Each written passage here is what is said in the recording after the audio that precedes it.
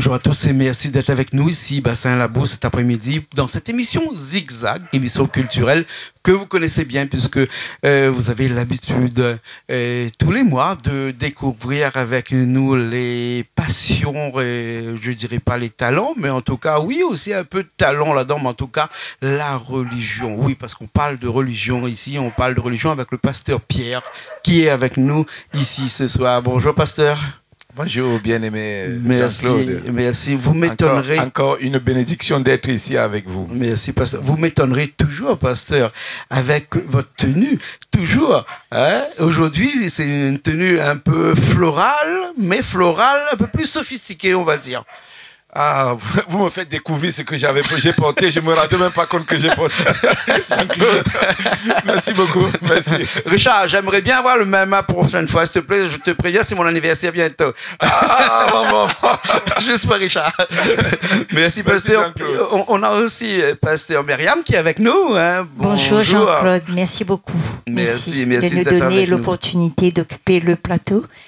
Merci beaucoup. Merci. On est avec Corinne aussi. Hein? Bonjour Jean-Claude, merci du privilège que vous nous donnez d'être ici présent. Merci. On va parler d'un sujet aujourd'hui, d'un sujet qui est important parce que c'est un sujet qui fait tourner le monde, qui fait tourner l'économie, qui fait tourner la vision des choses, qui fait tourner... c'est ce qui fait qu'on mange ou on mange pas, hein, c'est ce qui fait qu'on vit ou on vit pas aussi, parce que c'est important, hein, la société dans laquelle on vit. On a eu, avec ce Covid-là dernièrement, hein, cette maladie qui est arrivée, un bouleversement dans nos vies parce que ça a eu des conséquences sur toute la partie économique. Et il y a un dicton qui dit ici que quand le bâtiment va, tout va. Mais moi, j'aimerais dire que quand l'économie va, c'est là où tout va. Hein, et vraiment, les gens qui nous regardent vont me dire quelle relation avec la religion, avec Dieu. Mais tout est lié, comme on dirait en bon latin, in solidum, pasteur. Hein, Dieu et l'économie n'est pas indissociable. Très bien. Mon frère Jean-Claude, quel rapport la crise financière et cette crise alimentaire a avec Dieu? Un très grand rapport. On ne peut pas dissocier les deux. Parce que quoi, Jean-Claude, la spiritualité est à la base de toute création. La spiritualité, qui est Dieu en fait. Alors, Jean-Claude, vous avez dit tout à l'heure que la religion, je crois qu'il y a quelque chose, n'est-ce pas, à rectifier. Parce que le christianisme n'est pas une religion. Le christianisme, c'est quoi? C'est une relation. On ne dira pas qu'une relation, c'est une religion. Le christianisme, c'est une religion. C'est la vie de Dieu dans l'humanité. C'est Dieu incarné dans l'humanité. Qui est loin d'être une religion. Est-ce que quand on parle de Dieu, hein, au sein d'un groupe, hein, on n'est pas dans une religion là alors? Alors, ça maintenant, ça dépend de quel Dieu on parle. Si on parle de ce Dieu vivant, on ne parlerait pas de la religion. La religion, c'est quoi? C'est quand je cherche quelqu'un que je ne connais pas. Je vais vers quelque chose qui ne me parle pas, qui est inanimé. Je le cherche et je ne sais pas où. Mais le christianisme, c'est Dieu qui vient vers l'homme. Et dans l'homme, aller chercher quelque chose qu'il ne connaît pas. Le christianisme, c'est une relation, c'est une vie active. C'est un mode de vie. Oui, que toute personne sur la terre devrait vivre parce que nous tous, nous sortons de ce Dieu qui est vivant, qui ne se cache pas, qui veut une relation personnelle comme père et fils. Alors, la religion, par contre, c'est quelque chose que, cette chose que je crois, je ne sais pas s'il me parle ou pas, je ne sais pas s'il m'écoute ou pas, mais je parle quand même. Alors, avec... une relation, je te parle, tu me parles, on communique et on avance. On fait. C'est un Dieu de l'émotion aussi. Il est émotionnel, il est amour. Ouais. Alors que la religion, je ne sais pas trop quoi dire, mais on pense un peu dans la tête. Qu'on arrive, je crois qu'il m'écoute. Mais alors que le christianisme, il dit, si tu parles, je t'écoute. Si tu pries selon ma volonté, mais est-ce qu'il y a une différence entre le catholicisme et le christianisme, puisque le catholicisme, et quand on regarde Wikipédia, par exemple, ou bien sinon, quand on va chercher, c'est une religion. Thank you. Thank you very much, Jean-Claude. Le catholicisme, je crois que vous allez prendre ça un peu bien, ce que je vais dire. Le catholicisme, à la base, n'était pas une religion. Mais l'homme a fait de ça une religion. L'homme a fait le catholicisme, le Roman catholique, comme on dit en anglais. C'était à la base, ce n'était pas une religion. Mais plus l'être humain s'est investi là-dedans pour détourner, n'est-ce pas, et faire les choses en sa façon. Pas à la façon de Dieu. C'est comme le catéchisme aujourd'hui. Tu ne trouveras pas le mot catéchisme dans la Bible. C'est comme l'assomption, l'ascension de la Vierge Marie. Tu ne trouveras pas ça dans la Bible. Dieu n'a pas parlé de ça. Vous voyez, par exemple, les récits de Je vous salue Marie pleine, tu ne trouveras pas ça dans la Bible. Alors, j'espère qu'on ne me tiendra pas rigueur pour avoir dit ces choses, mais c'est la vérité. D'accord, d'accord. Donc, il faut vraiment prendre la Bible et vraiment faire en sorte de ne pas extrapoler la Bible pour faire en sorte de réunir un grand nombre autour de soi et créer donc ce qu'on appelle une religion. Jean-Claude, aujourd'hui, le monde, comme je le disais il y a une semaine, le monde a été formaté de telle manière que lorsque tu enseignes le mensonge, ça attire une foule. Lorsque le mensonge est attiré, le monde est gouverné, ce éon est gouverné par Satan. Satan qui est le père du mensonge, le éon. Alors, et le système gouvernemental, c'est contrôlé par Satan. Donc, il suffit que je me mette à enseigner le mensonge ici. Waouh! Les gens partiront de tout bord pour venir m'écouter. Mais une fois que la vérité est enseignée, là, tu es en opposition avec le diable qui empêche les gens de t'écouter. Parce que la religion garde les gens, asservit les gens. La religion asservit les gens. Alors, avec la religion, tu n'as pas le droit de connaître la vérité. Accepte sans chercher à connaître. Accepte. Alors qu'avec le christianisme, qui n'est pas une religion, qui est une relation vivante entre Dieu et l'homme, il ne veut pas que tu sois asservi. Il ne veut pas que tu sois ignorant.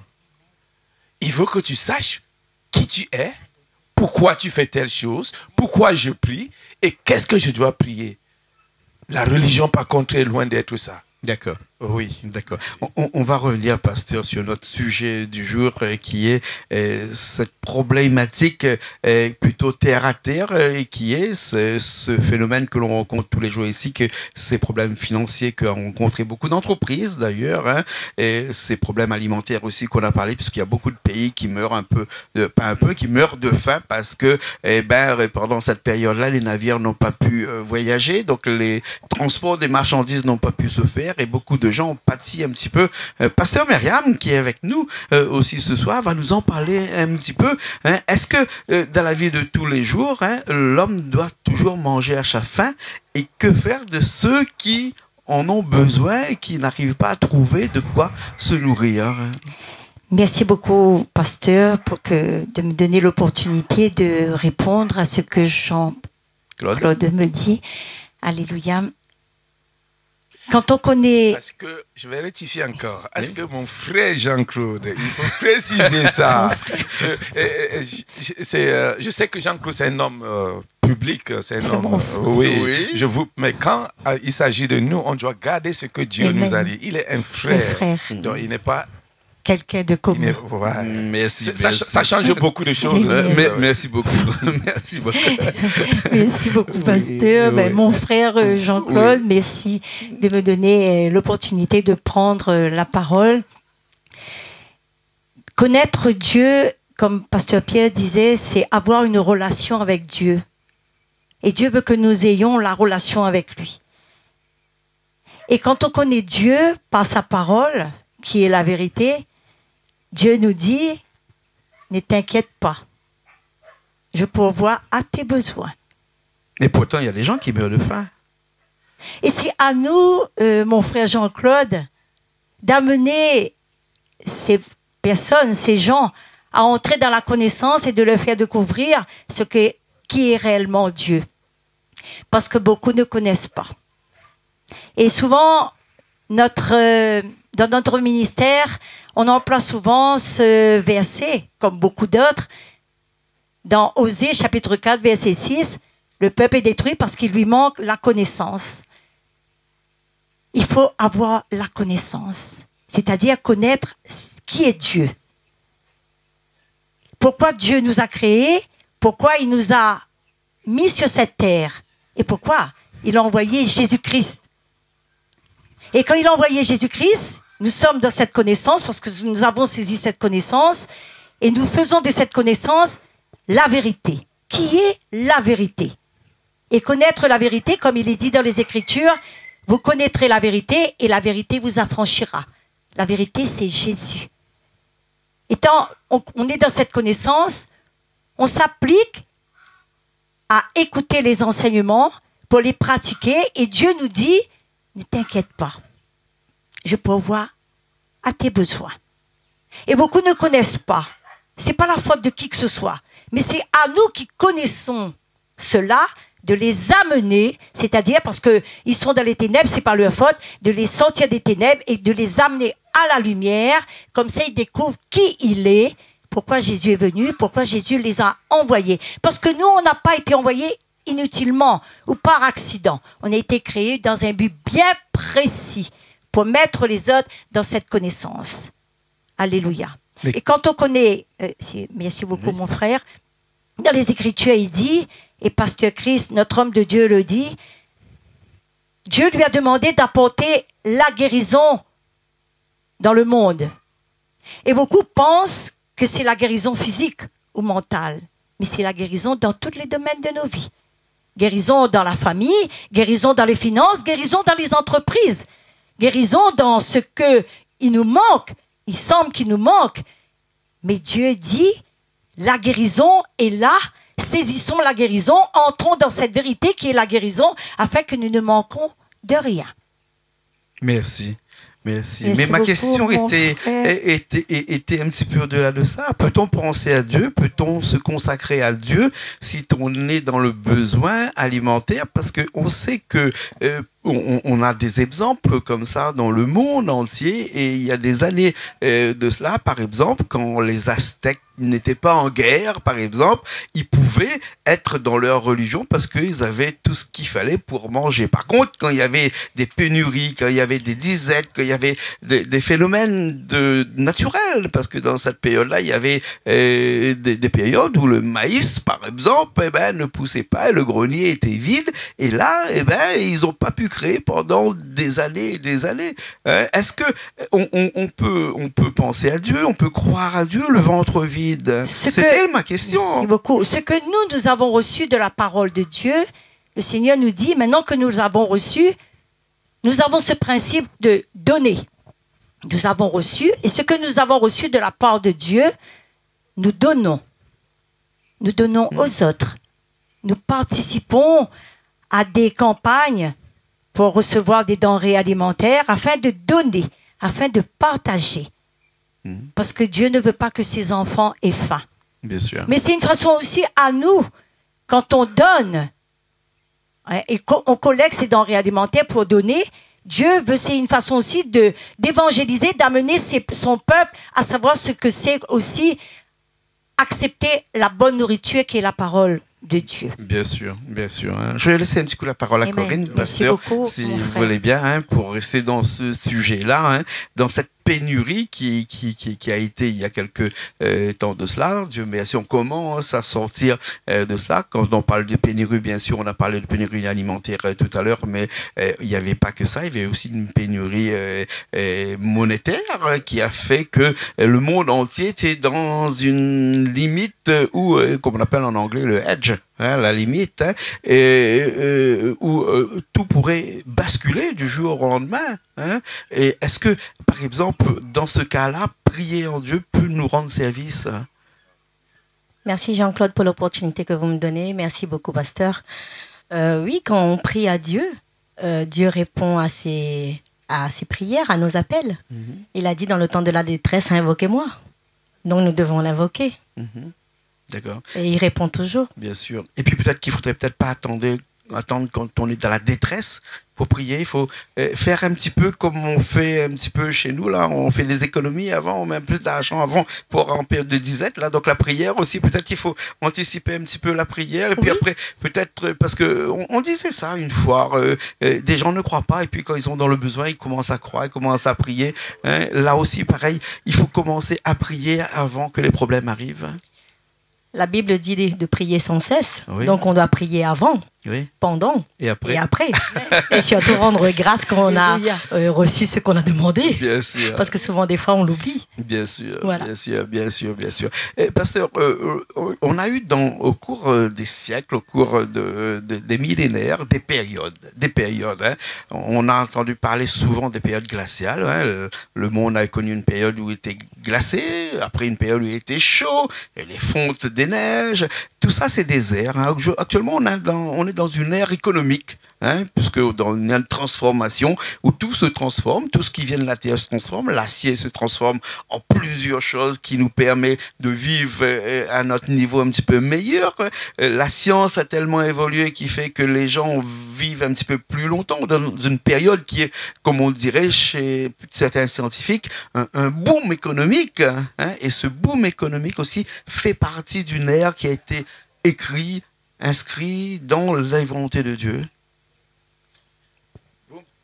Inscrit dans la volonté de Dieu parce que rien ne se réinvente. Tout ce que nous vivons aujourd'hui, c'est des choses qu'on a eu déjà à vivre par le passé. Comme cette crise sanitaire, le Covid, ce n'est pas la première fois que le monde était affecté par cette Covid, Jean-Claude, que ce soit les changements climatiques et consorts. Bien sûr. Le monde est déjà passé par là. Sauf que l'être humain, n'est-ce pas, a un peu de difficultés pour discerner les voies et les plans de Dieu, pour se préparer en avance, pour un peu, comment dire, être avisé et savoir comment mettre, n'est-ce pas, les jalons de protection, comme vous venez de dire. L'être humain, s'il pouvait suivre la volonté de Dieu, la voie de Dieu, la voie prophétique, on pouvait être à mesure d'anticiper sur beaucoup de choses. Comme cette crise économique, que ce soit, n'est-ce pas, le changement climatique qu'on sort, ça, ce n'est pas la volonté de Dieu, mais c'est l'être humain. C'est la résultante, n'est-ce pas, de l'égoïsme humain. Et c'est la résultante, n'est-ce pas. Imaginez, Jean-Claude, il y a des personnes qui ont 4 jets privés. Oui. 4 jets privés. Alors on se dit, qu'est-ce que quelqu'un peut bien vouloir faire avec 4 jets privés? Et tout ça, ça émet les gaz, n'est-ce pas? Oui. Alors tout ça, ça crée, n'est-ce pas, quoi? Tout ce qu'on peut appeler ces transformations climatiques qui vont contre la santé de l'être humain. Voilà, pour une personne. Alors, notre Dieu, il y a eu des crises par le passé, similaires à cela. Aujourd'hui, on parle, n'est-ce pas, de la technologie qui a avancé, comme vous venez de dire, pour revenir à votre question, la technologie qui a avancé et qu'on peut faire beaucoup de choses. Mais jusque-là, le plan de Dieu reste le même. On a beau inventer des choses, mais ça peut anticiper certaines choses. Mais le problème, c'est que lorsque l'être humain invente, c'est pour aller à l'encontre de Dieu, pour chercher à défier Dieu. Vous avez compris le transhumanisme. C'est-à-dire que l'être humain veut fabriquer un autre être humain sans passer par le chemin naturel. Il veut défier Dieu.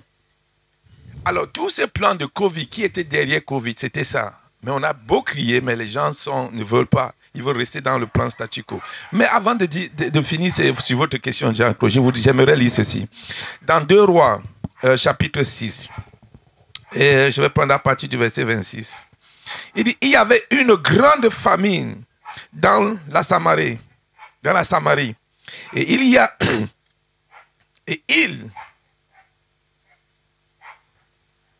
eu tellement de détresse et que 80 cycles d'argent valaient moins du quart Ça, c'est un peu une crise financière. Oui. Aujourd'hui, on a de l'argent. Avec 1000 euros, quand tu vas sur le marché, tu ne trouves pas. Bien sûr, il y a un pouvoir d'achat qui a diminué. Alors, bon, écoutez, je vais continuer un peu. Et comme le roi passait... Attendez, il y a quelque chose que j'ai manqué là. Attendez, donnez-moi une minute, s'il vous plaît. Et comme le roi passait, oui, sur la muraille, une femme lui cria, « Sauve-moi, ô roi, mon Seigneur. » Il répondit, « Si l'Éternel ne te sauve pas, avec quoi te sauverai-je? Avec le produit de lait ou du passoire? » Et le roi lui dit, « Qu'as-tu? » Elle répondit, « Cette femme-là m'a dit, donne ton fils. Nous le mangerons aujourd'hui et demain, nous mangerons mon fils. Nous avons fait cuire mon fils et nous l'avons mangé. Et le jour suivant, je lui ai dit, donne ton fils et nous le mangerons. Mais elle a caché son fils. Voilà une crise qui avait servi si bien que les gens n'avaient plus de quoi manger. Il fallait qu'ils mangent les êtres humains. Qu'ils deviennent cannibales, un peu barbares quand même. Hein. Mais les gens l'humain, hein, depuis à peu près 60 millions d'années, on s'en sortit toujours vainqueurs de toutes ces grandes crises-là, que ce soit les crises économiques ou les crises naturelles. Hein. Et est-ce qu'aujourd'hui, on aura encore la chance de sortir vivant dans toutes les crises que l'on rencontre là, qui est des crises technologiques? Puisque, juste pour l'anecdote, hein, la semaine dernière, il y a les Chinois qui ont dit qu'ils arrivent à faire pleuvoir la pluie où ils veulent en Chine. Hein. Les écolos ne sont pas d'accord parce qu'ils disent que si c'est le cas, ces nuages qui généralement vont dans les Himalayas et qui créent la mousson et donc qui fait que le monde vit avec un système naturel qui est très complexe. Hein. Si on commence à dérégler ça, on aura des gros problèmes. Mais les Chinois disent que nous, pour faire en sorte de faire vivre nos 1,5 milliard de personnes qui sont chez nous, on est obligé que nos cultures soient alimentées en eau. Et pour faire ça, on n'a plus d'eau. Donc, ils ont trouvé une technologie pour faire avancer les nuages plus près d'eux. Et avec un système de laser à l'intérieur qui vient chauffer les nuages, il y a la pluie qui tombe. On est arrivé à un stade vraiment où l'homme maîtrise énormément de choses, mais c'est pas très bon pour notre nature. C'est pas très bon pour notre devenir, parce que demain, sans nuages, on peut plus vivre ici. Dieu va nous sauver de ces problèmes-là, parce que là, ça devient quand même de plus en plus grave. Hein. C'est pas un réchauffement de planète qui va durer 10 millions d'années, mais c'est quand même quelque chose qui va durer très très peu d'années. On a actuellement la Russie qui est prête à lancer une bombe nucléaire sur la Crimée à côté. Tout ça font que on a des gros problèmes aujourd'hui parce que l'homme peut se détruire lui-même. L'homme s'auto-détruit avec les Japonais, les Chinois, qui ont défié Dieu avec les saisons. Ils n'attendent plus la saison de pluie pour non. À tout moment, comme le frère Jean-Claude vient de dire, en dehors de ça, ils sont en train d'imposer sur le marché une viande qui ne vient pas des animaux. Une viande artificielle. Tu manges, c'est comme du poulet, mais c'est fait des produits chimiques. Alors voilà comment l'homme s'auto-détruit. Le monde, ça fait partie des crises, n'est-ce pas, de ce 21e siècle. Alors, qu'est-ce que l'homme doit faire? La question qu'on se poserait ici, Jean-Claude, comme vous avez dit, est-ce que l'homme va résister à toutes ces crises-là? L'homme va résister s'il croit en son Seigneur. Parce qu'il a dit, 1000 tombera à tes côtés et 10 000 à ta droite, mais rien ne t'arrivera.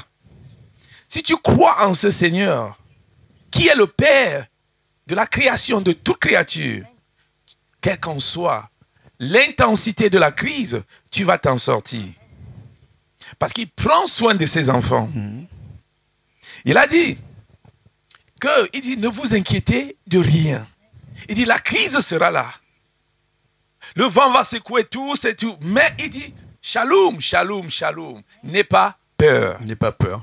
Le mal de beaucoup de personnes sur la terre, c'est que la peur les enrichissent. Ils s'enrichissent avec les pensées de la peur. Et tout ça, bien aimé, Jean-Claude, c'est fait expressément par ceux qui contrôlent les médias.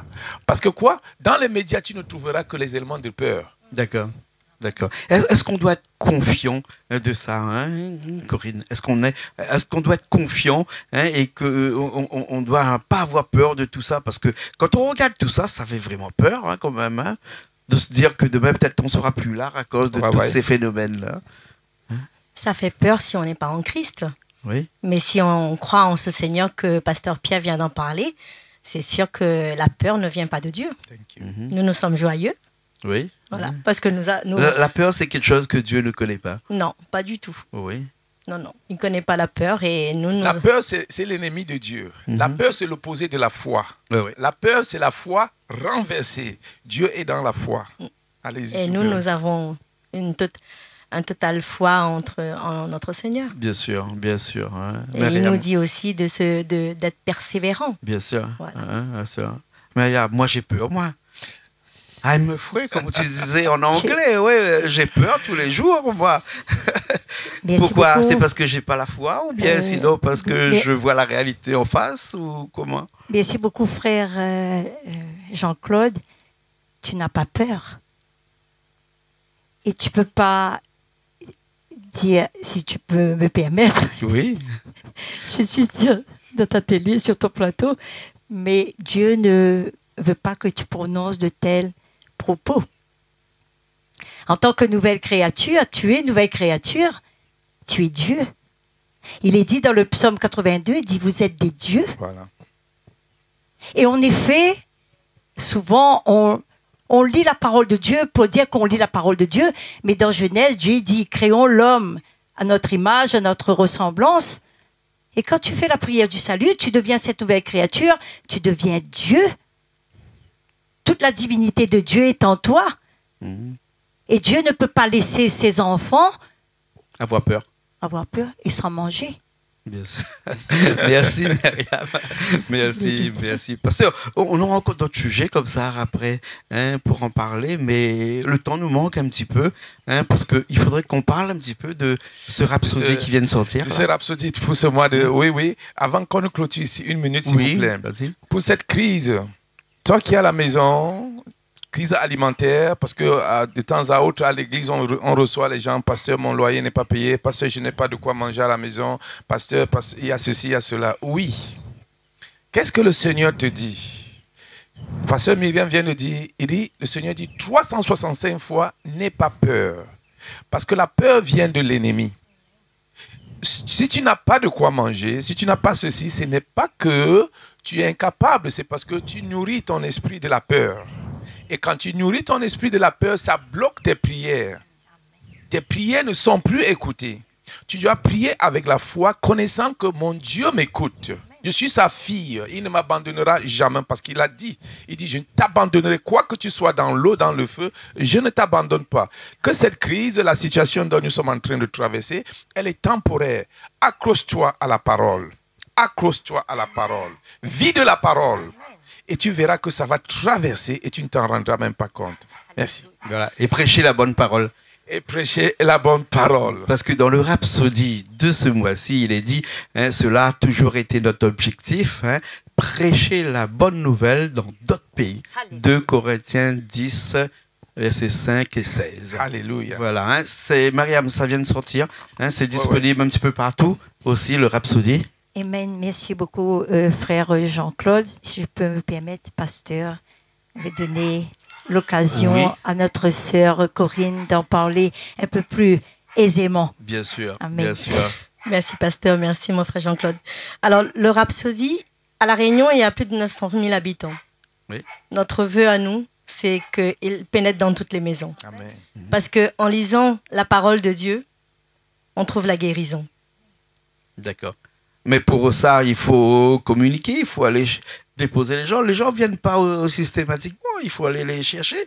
Il faut aller. Nous faisons aussi des évangélisations sur toute l'île, dans le nord, sud-ouest. Et nous allons par exemple, un exemple, parce que moi je suis du sud, on va dans la ville du Tampon, on évangélise dans la ville, on demande aux gens est-ce qu'ils connaissent Dieu et ensuite on leur explique ce que c'est notre démarche en tant que chrétien. On leur présente le rhapsodie où à l'intérieur il y a la prière du salut. Et ils font la prière et ils acceptent de recevoir la parole de Dieu dans leur foyer. Et éventuellement, on leur dit aussi que ceci a un coût et que s'ils veulent devenir partenaires, ils peuvent le faire et donnent ce que leur cœur leur dit de faire. D'accord. Voilà. Très bien. Ben voilà, c'est dit pour ce rhapsodie de ce mois d'août. Hein, ce mois d'août. C'est un grand dévotionnel, comme ma fille Corinne vient de dire. Nous exhortons chaque personne d'avoir ça chez lui mensuellement. Et nous sommes très bénis de voir que les gens se nourrissent de la parole. C'est la volonté de Dieu. Tout à fait. Merci. Les gens doivent avoir... Avec la parole, tu n'as pas peur. Amen. La parole te fortifie. Amen. Et la parole te guérit. Et la parole... Père te donne la haute sagesse et la sagacité de gérer tes entreprises. Amen. Et nous voulons vous dire encore une fois de plus à notre frère Jean-Claude qui nous donne l'opportunité de produire ceci. Quoique nous le distribuons gratuitement, il y a un coût derrière ça, mais on le fait avec joie. Amen. La Bible dit c'est lui qui donne. Il est plus agréable de donner que de recevoir. Amen. Nous disons merci à notre frère Jean-Claude qui nous permet non seulement de le publier, mais qui nous permet de soutenir les coûts de la D'accord. de la production. On a besoin de partenaires comme cela pour l'œuvre de Dieu. Et c'est voilà des personnes où la famine, la crise n'aura pas d'effet sur leur économie. Quand tu avances, fais avancer l'œuvre de Dieu, peu importe ce qui t'arrive, le Seigneur va te faire passer de l'autre côté parce que tu es un outil utile entre ses mains. Merci beaucoup, Pasteur Pierre. Merci beaucoup, Pasteur Myriam. Pasteur Corinne. Merci bien. On se retrouve le mois prochain alors pour un autre sujet. On se retrouve le mois prochain. Je vais clôturer avec ceci. Nous avons ce samedi qui arrive, vendredi, samedi du mois de la semaine prochaine, une conférence exceptionnelle pour les femmes, les couples également. Venez découvrir le secret, la richesse qui habite dans la femme. La femme a une richesse insondable. Venez découvrir et vous allez aimer vos femmes. Et la femme qui ne sait pas encore qui elle est, elle va voir comment son mari va se tourner vers elle. Amen. Et ça t'empêchera de penser que ton mari va sortir pour aller chercher une autre femme parce que il va trouver la bonne richesse à la maison. Amen. Ceux qui ont des problèmes de couple, venez. Ce serait à Basse-Terre. Basse-Terre, Kasembossi Basse-Terre, vendredi à 20h et samedi à 18h. D'accord. Thank you very much. Merci beaucoup. Merci beaucoup. Merci. Nous, on se retrouve la semaine prochaine dans de nouvelles émissions culturelles, toujours sur Canal Austral. Hey!